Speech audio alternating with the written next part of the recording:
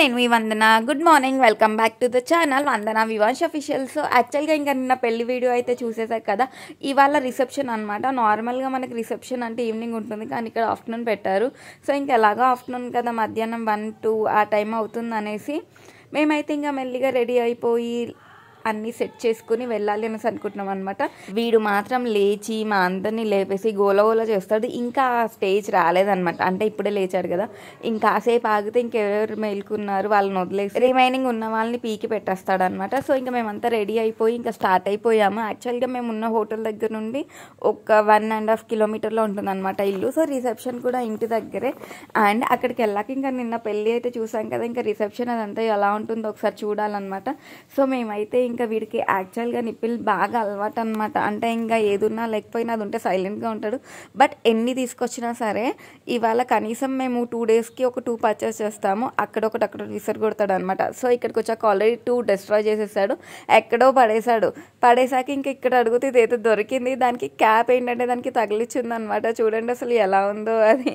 నేను అన్నాను దాంట్లో వాటర్ వేసి తాగిద్దాం నాన్న నీకు అనేసి, అంటే నవ్వుతున్నారు వాళ్ళు.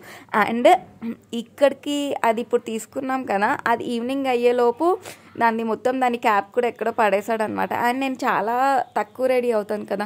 సో ఇంకా వాడు రెడీ అయి ఉన్నప్పుడల్లా మా మమ్మీ అయినా ఏంటి ఇలా రెడీ అయిపోయిందని విచిత్రంగా చూస్తుంటాడు.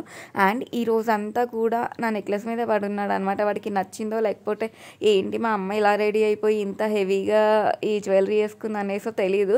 సో ఇంకా అది బాగా నచ్చింది వాడికి, దాని మీద ఉంది కాన్సన్ట్రేషన్ మొత్తం. నేను ఎత్తుకున్న ప్రతిసారి కూడా దాన్నే చూస్తున్నాడు. ఇంకాసేపు వాడు నాకన్నా ఎక్కువ వాళ్ళ డాడీతో ఉంటాడు అనమాట. నేను ఎక్కువ అలవాటు అయితే చేసుకోలేదు, ఎందుకంటే నేను బయట ఉంటాను కాబట్టి. సో మా హస్బెండ్ ఏంటంటే ఒక టైం ప్రకారం ఇంట్లో ఉంటారు, మళ్ళీ వస్తారు వెళ్తారు. సో అలా ఉంటుంది కాబట్టి పెద్ద ప్రాబ్లం ఉండదు. నాకైనా టైం టేబుల్ ఉండదు కదా. సో అందుకోసం నేను ఎక్కువగా అలవాటు చేసుకోలేదు అనమాట.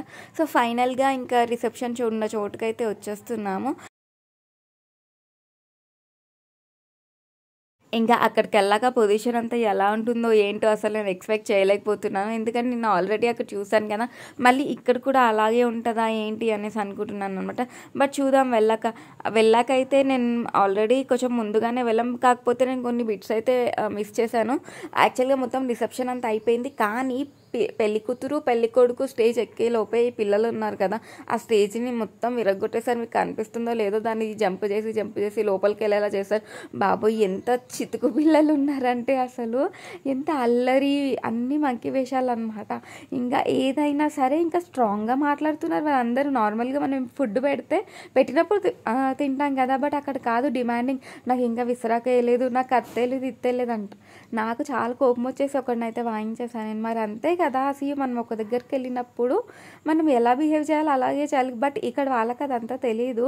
సో ఇంకా మొత్తం రిసెప్షన్ అదంతా అయిపోయింది. ఇంకేదో ఒక ఆకు తమలపాకు అదొక థ్రెడ్ కట్టి దాన్ని ఇలా ఆడిపిస్తున్నారు అనమాట. ఇది కూడా నేను ఫస్ట్ టైం చూడడం. ఇక్కడంతా అలా నార్మల్గా కిల్లీలు నోట్లో పెట్టడం అది తెలుసు, కానీ ఇలాగ ఫస్ట్ టైం అనమాట. పెళ్లి కూతురికి పెళ్లి కొడుకు ఇచ్చి అలా ఒక 5 దాన్ని చుట్టేసి అలా ఇచ్చి ఆడిపిస్తున్నారు అనమాట. పాపం మా అమ్మాయి మాత్రం అంత వెంటనే ఇయ్యలే, ఇంకా అబ్బాయి మాత్రం సరేలే ఇంకా పోనీ పాపం అనేసి తొందరగానే తనంతా తనే ఇచ్చేస్తున్నాడు. బట్ బాగుంది కదా ఈ గేమ్ కూడా. నేనైతే ఎప్పుడు ట్రై చేయలేదు, మా పెళ్ళిలో అయితే ఇది లేదు కాబట్టి. సో నాకు ఇది కొత్తగా అనిపించింది. బట్ అయినా కూడా పెళ్ళి అన్నాక ఇవన్నీ ఉండాల్సిందే కదా, ఇప్పుడు కాకపోతే ఇంకెప్పుడు చేస్తాము.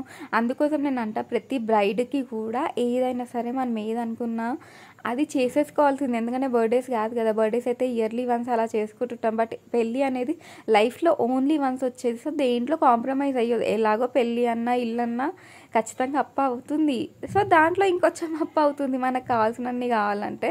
సో ఇంకా మేము రిసెప్షన్ అయిపోయాక ఇంకా ఫుడ్ అంతా ప్రాపర్గా అనిపించాక బయటికి వెళ్ళేసి ఇదేదో గోబీ మంచూరియా అంట అది తీసుకున్నాము. కంప్లీట్గా చెత్తలా ఉంది అసలుకి. అంటే మనకి ఇక్కడ ఫుడ్ తినే అలవాటు అయిపోయి ఇంకా వేరే దగ్గర ఫుడ్ అసలు తినలేమన్నమాట. అది ఎంత దరిద్రంగా అనిపిస్తుంది అంటే, అలాగే వాళ్ళు కూడా ఇక్కడికి వచ్చి తింటే ఇదేం ఫుడ్ అని వాళ్ళకి అనిపిస్తుంది. అంటే మనకి అలవాటు అయిపోయి ఉంటుంది, మనం రెగ్యులర్గా తినేది కాబట్టి మనకు అదే నచ్చుతుంది.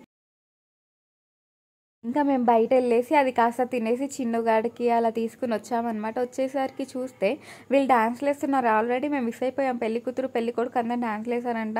బట్ నేను మిస్ అయిపోయాం. ఇంకా వీళ్ళు మాత్రం ఎప్పటి నుండి స్టార్ట్ చేస్తారు, ఈవినింగ్ 6 నుండి స్టార్ట్ చేస్తే నైట్ 12 వరకు కంటిన్యూ చేస్తూనే ఉన్నారు.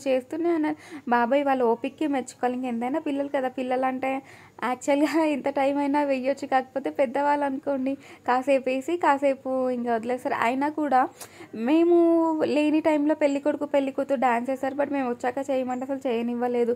అప్పుడు చేయొద్దు, ఇప్పుడు చేయొద్దు, అలా చేయొద్దు, ఊరికే చేయొద్దు అనేసి రూల్స్ మాట్లాడారు అనమాట.